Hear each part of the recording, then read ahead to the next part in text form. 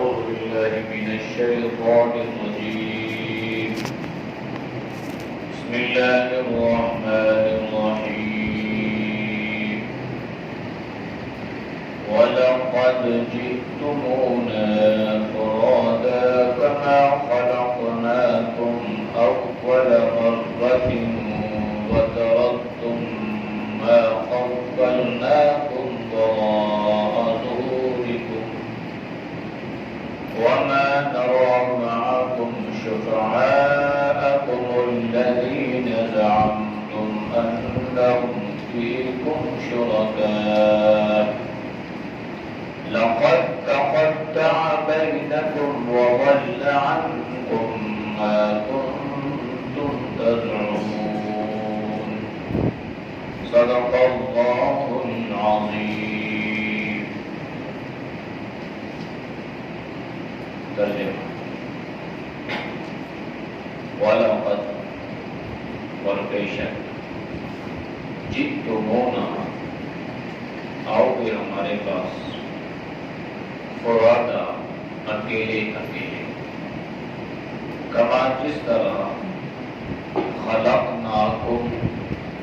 ہم نے تمہیں پیدا کیا اول مرۃ پہلی مرتبہ وترکتم اور تم چھوڑ آئے وہ چیزیں خولناکم جو تمہارے اسباب تھے وراء پیچھے ظہورکم اپنی پیٹھ کے وما نرى اور نہیں دیکھتے ہم معاکم تمہارے ساتھ شفعاءکم تمہارے سفارشی الذین وہ لوگ زعمتم تمہیں گمان تھا انہم بے شک وہ فیکم تمہارے بارے میں شرکاء شریک ہیں ساتھی ہیں لقد البتہ بے شک تقطع منقطع ہو گیا بینکم تمہارے درمیان وضل اور دور ہو گئے عنکم تم سے ما وہ کنتم تھے تم تزعمون ان کے بارے میں گمان کرنے والے. اس آیت کا ماقبل آیت کے ساتھ ربط و تعلق یہ تھا کہ اللہ نے یہ ذکر فرمایا کہ دنیا میں انسان جو کچھ بھی کر لے بدعمالیوں میں وہ جتنا بھی آگے چلا جائے یہاں تک کہ وہ اللہ پر بہتان باندھنے سے بھی نہ ڈر کھائے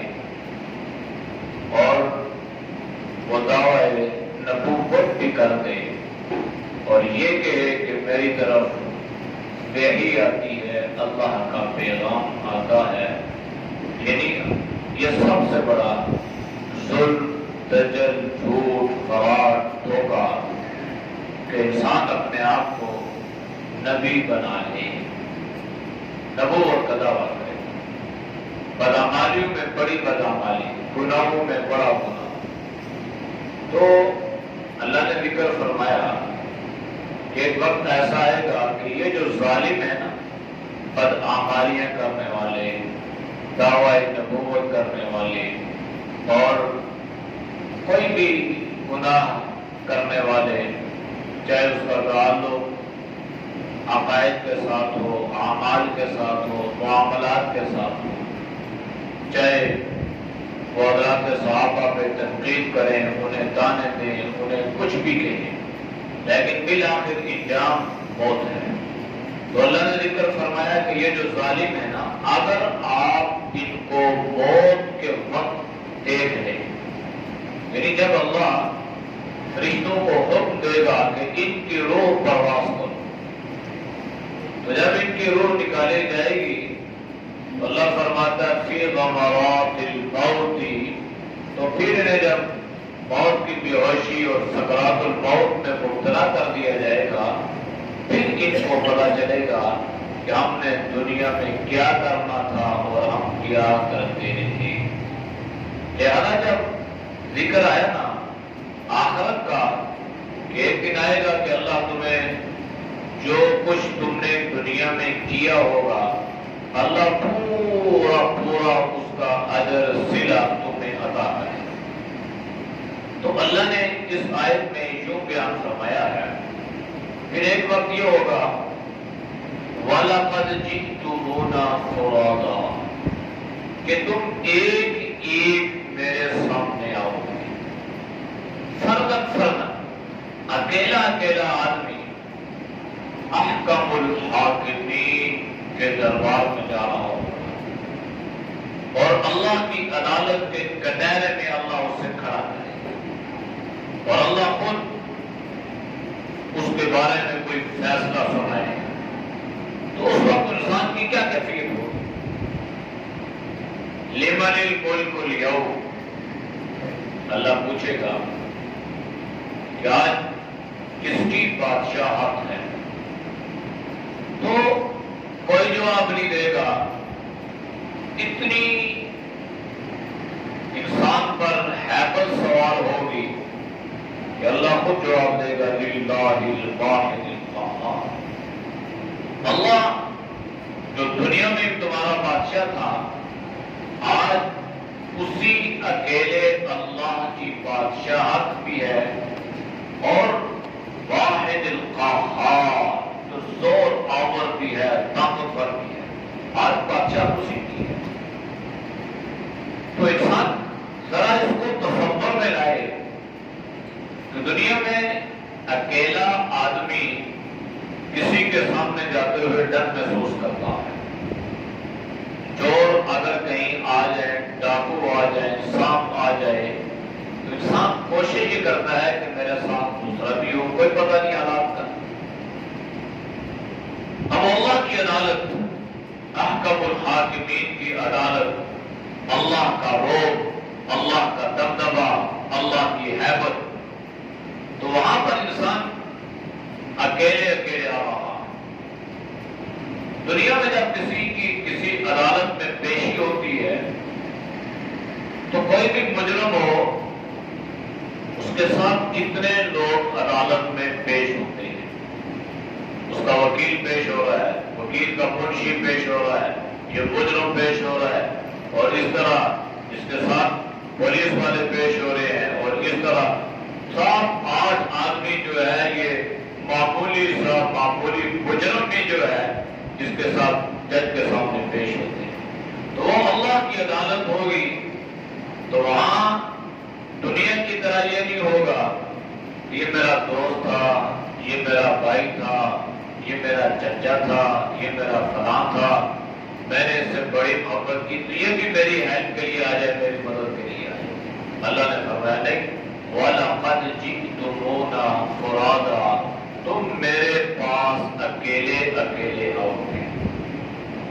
یوم یقوم الروح والملائکۃ صفا لا یتکلمون الا من اذن لہ الرحمن وقال صوابا۔ جن کی کیفیت یہ ہوگی کہ حضرت جبریل امین جو سید الملائکہ ہیں، فرشتوں کے سردار ہیں، وہ بھی اللہ کی عدالت میں اللہ کے سامنے دست بستہ کھڑا ہوگا، اس پر بھی اللہ کا روب اور دبدبہ ہو، حالانکہ وہ تو معصوم عن الخطا ہے، اس میں تو اللہ کی جو وحی تھی، اللہ کا جو پیغام تھا، اس نے اس میں رائی کے دانے کے برابر بھی خیانت نہ کی، وہ تو امین تھا،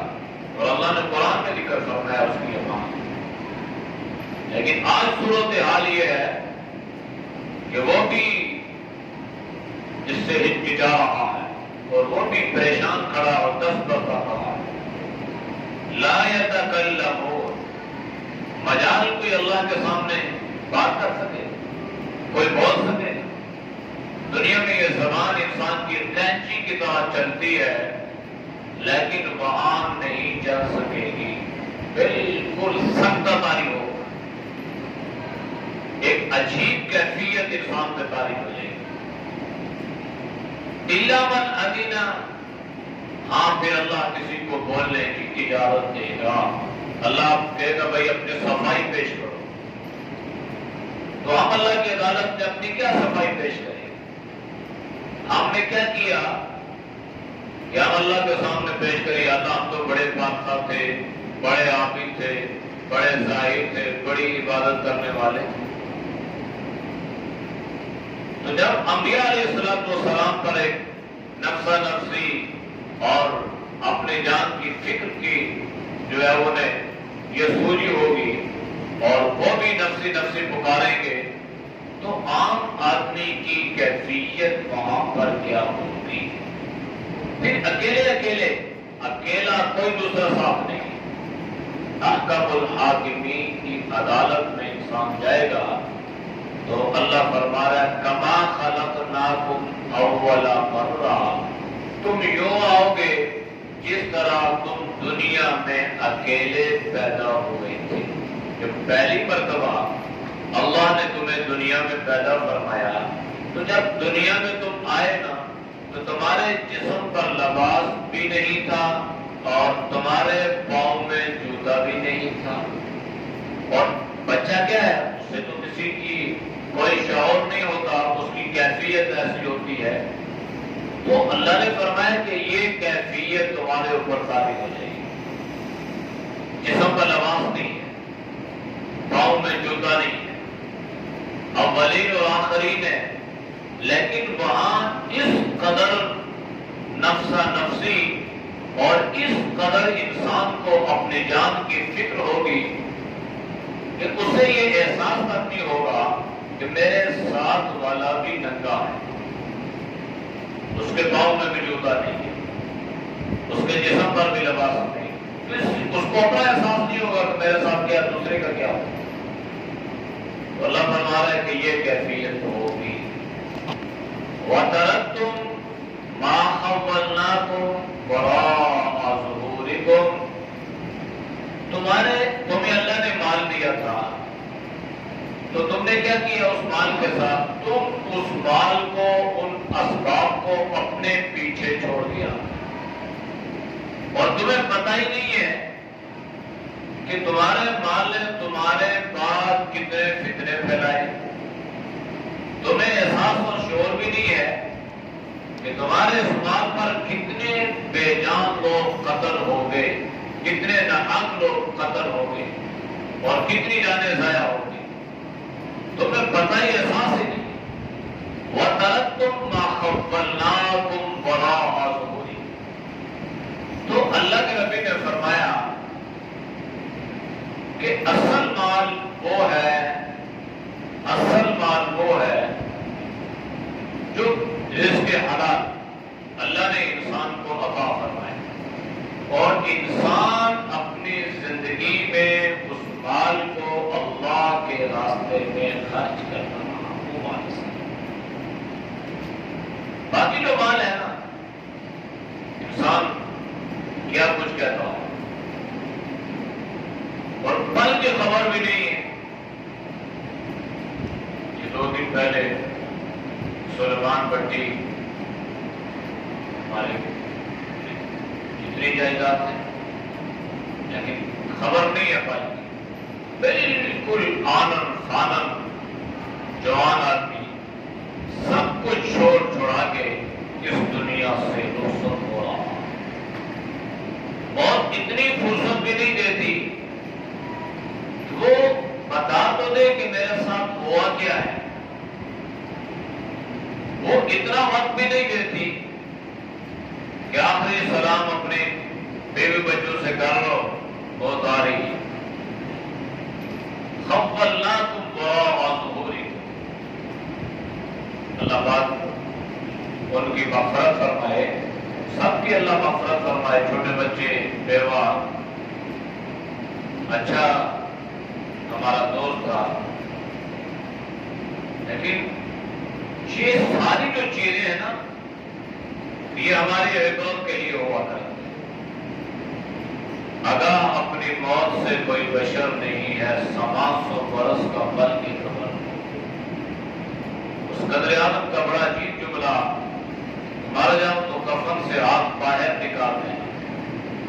اور دنیا کو بتانا کہ سکندر جب دنیا سے گیا تو دونوں ہاتھ خالی تھے.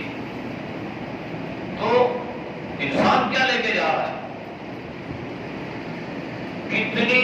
زمین ہے، کتنی دولت ہے، کتنی جائیداد خود نہیں پتا. اور ملا کیا؟ 6 10 7 10 یہ خبر کا یہ ٹکڑا. بعضوں کو وہ بھی نصیب نہیں، بعضوں کو اپنی زمین نصیب نہیں ہوتی قبر کے لیے، بعضوں کو کفن کا ٹکڑا نصیب نہیں ہوتا. جو اللہ تعالیٰ حفاظت کرنا ہے جہازوں میں جو کریش ہو جاتے ہیں، کیا کدھر سے ٹکڑا، کیا ٹکڑا، پتھر کیا ایسے کرتا.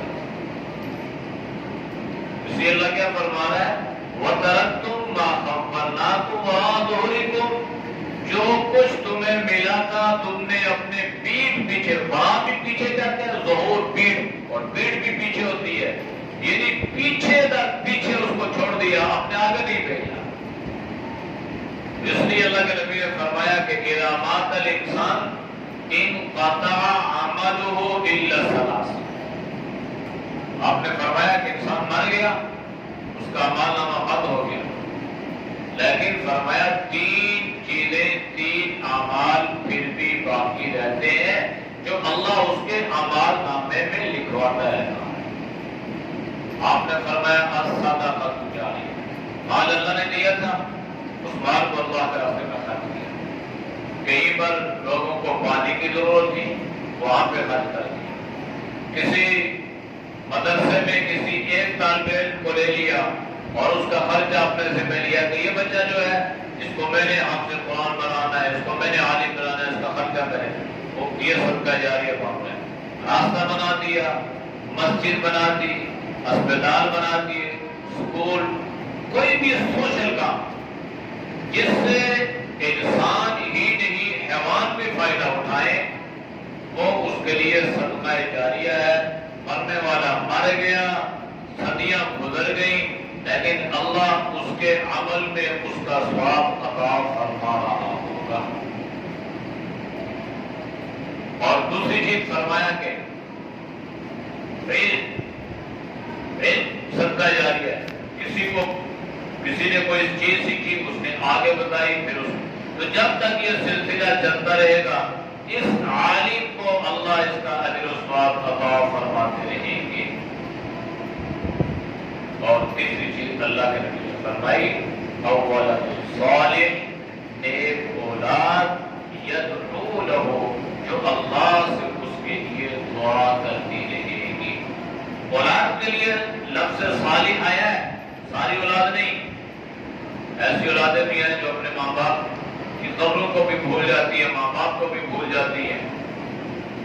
اور یہ بھی بڑی نعمت ہے، اللہ کسی کو ایسی اولاد عطا فرمائے کہ جو اس کے لیے کم از کم دعا تو کرے، استغفار تو کرے. اولاد صالح، جو اس کے لیے اللہ سے اس کی بخشش اور مغفرت کی دعا کرے گی. تو جب تک اس کی اولاد پھر اولاد پھر اولاد یہ دعائیں کرتی رہے گی، اللہ پاک ان کو اس کا اجر ثواب عطا فرماتا ہے. تو یہ اصل چیز ہے. باقی سارا فرق ہے. انسان کہتا ہے میرا اکرامات، میری اتنی زمین، میری اتنی جاگیر، میرے اتنے پلاٹ، میرے اتنے برادے، میری اتنی دکانیں وغیرہ وغیرہ. تو اللہ کے نبی نے فرمایا کہ لا لا جناب کچھ بھی نہیں. تو کیا کہہ رہا ہے؟ آپ نے فرمایا کہ بس میرا مال وہی ہے جو تو نے کھا کے ہضم کر لیا، پہن کے بوسیدہ کر دیا، بس جو تو نے اللہ کے راستے میں دے دیا. پیچھے جو ہے نا اس کے بارے میں کوئی پتہ نہیں ہے. وہ خیر کا ذریعہ بنے گا، شر کا ذریعہ بنے گا، آپس میں لڑائی جھگڑے کا ذریعہ بنے گا، کیا بنے گا وہ اللہ ہی جانتا ہے. اس لیے اللہ نے فرمایا جو کچھ اپنے پیچھے چھوڑ کے آئے ہو نا، اپنے اسباب، ان کا جائزہ بھی لیا کرو کہ آپ نے پیچھے کیا چھوڑنا ہے اور اپنے آگے کیا بھیجنا ہے. جو آگے بھیجا اس کا تو فائدہ ہے، جو پیچھے رہ گیا اس کے بارے میں کوئی پتہ نہیں ہے فائدے کا ذریعہ یا نقصان کا ذریعہ. وَمَا نَرَىٰ مَعَكُمْ، اب اللہ فرمائے گا ہم نہیں دیکھتے تمہارے ساتھ شُفَعَاءَكُمُ الَّذِينَ تمہارے وہ شریک، تمہارے وہ سفارشی، زعمتم انہم فیکم شرکا، کہ تم ان کے بارے میں یہ خیال کرتے تھے کہ یہ تمہارے شریک ہیں اور اللہ کے سامنے تمہاری سفارش کریں گے، وہ کدھر ہے؟ آج ہمیں نظر نہیں آ رہی۔ اللہ فرمائے حالانکہ اللہ کے سامنے سے تو، اللہ کی نظروں سے تو کوئی چیز بوجھل نہیں ہے نا۔ یہ ان کی ثواب کو بڑھانے کے لیے اللہ فرما رہا ہے۔ دنیا میں تم نے میری بات پہ یقین نہیں کیا تھا، میں نے تمہیں سمجھایا تھا، بتلایا تھا، بھائی کوئی شریک بریک وہاں پہ کام نہیں آئے گے، کوئی کسی کی سفارش نہیں چلے گی، اور تم نے اعمال چھوڑ دیے اس وجہ سے یہ تمہارے ساجی ہے اور یہ تمہارے شریک ہے اور یہ تمہارے سفارشی ہے، وہ نظر نہیں آ رہے، تمہارے ساتھ ہونے چاہیے تھے، کہاں گے وہ؟ پھر اللہ خود ہی فرمائے گا لقد تقطع بینکم، آج وہ سارے سلسلے تم سے ختم ہو گئے، وضل عنکم، تمہارے دوست تم سے دور ہو گئے، تمہارے رشتہ داروں نے تمہیں چھوڑ دیا، تمہارے دوست احباب، تمہارے سفارشی آج سب تم سے منہ موڑ گئے، وہ جو ما کنتم تظنون، جن کے بارے میں تمہیں بڑا گمان تھا، میرا دوست، میرا سفارشی، میری مدد کرنے والا، آج تو کوئی تمہاری مدد کے لیے نہیں آ رہا، ورنہ آج کوئی تمہاری سفارش کر رہا ہے، تو امان ہوں گے۔ اللہ رحم والا معاملہ فرمائے گا، مال کو اللہ کے راستے میں خرچ کیا ہوگا، اللہ رحم والا معاملہ فرمائے گا، امال بھی نہیں ہے، مال بھی پیچھے چھوڑ کے چلے گئے، پھر اللہ اس مال کے بارے میں حساب بھی لے گا، اور ثم لتسألن یومئذ عن النعیم، ایک ایک چیز کے بارے میں اللہ سوال کرے گا۔ پھر اللہ کے نبی نے فرمایا کہ قل صراط پر سے اس وقت تک تم اپنے پاؤں نہیں ہلا سکو گے جب تک ان سوالوں کا جواب نہ دے پاؤ کہ مال کہاں سے کمایا اور کہاں پہ خرچ کیا، تو کمائی کا جائزہ بھی ہے اور خرچ کرنے کا جائزہ بھی ہے۔ اعوذ باللہ من الشیطان الرجیم، بسم اللہ الرحمن الرحیم، وَلَقَدْ جِئْتُمُونَا فُرَادًا كَمَا خَلَقْنَاكُمْ أَوَّلَ مَرَّةٍ وَتَرَكْتُمْ مَا خَوَّلْنَاكُمْ وَرَاءَ ظُهُورِكُمْ وَمَا نَرَىٰ مَعَكُمْ شُفَعَاءَكُمُ الَّذِينَ زَعَمْتُمْ أَنَّهُمْ فِيكُمْ شُرَكَاءُ لَقَدْ تَقَطَّعَ بَيْنَكُمْ وَضَلَّ عَنكُمْ مَا كُنتُمْ تَزْعُمُونَ۔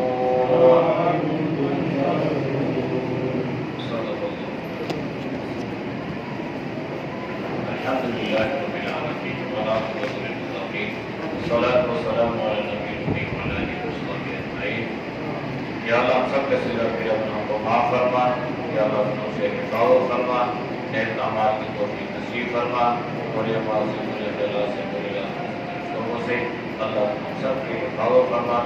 یا اللہ ہمارے جتنے دوست احباب بزرگ احباب و اجداد اساتذہ یا اللہ اس دنیا سے جا چکے ہیں، یا اللہ تو سب کی مغفرت فرما، یا اللہ تو سب کے درجات کو بلند فرما، یا اللہ سلیمان ربی صاحب کی مغفرت فرما، اللہ ان کے درجات کو بلند فرما، یا اللہ ان کے پسماندگان کو، یا اللہ ان کے بچوں کو، ان کی نیبا کو، یا اللہ تو صبر جمیل عطا فرما، یا اللہ ہمارے اس مسجد کے جتنے نمازی، یا اللہ محلے والے، یا اللہ ہمارے دوست و بزرگ، یا اللہ تو سب کے درجات کو بلند فرما، یا اللہ تو سب کو مقام علیین نصیب فرما، جناب نبی کریم صلی اللہ علیہ وسلم کی شفاعت سے پہلا ورث فرما، یا اللہ جو دنیا میں زندہ ہے اللہ تو ہم سب کو فکر آخرت نصیب فرما، یا اللہ جو صاحب مال ہیں اللہ ان کے مالوں کو اپنے راستے کے لیے قبول فرما، ان کو خرچ کرنے کی توفیق نصیب فرما، یا اللہ تو سب کو سخاوت عطا فرما، لوگوں سے کنجوسیوں سے اللہ تو سب کی حفاظت فرما، اللہ ہماری دعاؤں کو قبول فرما، صلی اللہ تعالی علیہ وعلى آله وصحبه أجمعين برحمتك يا أرحم الراحمين۔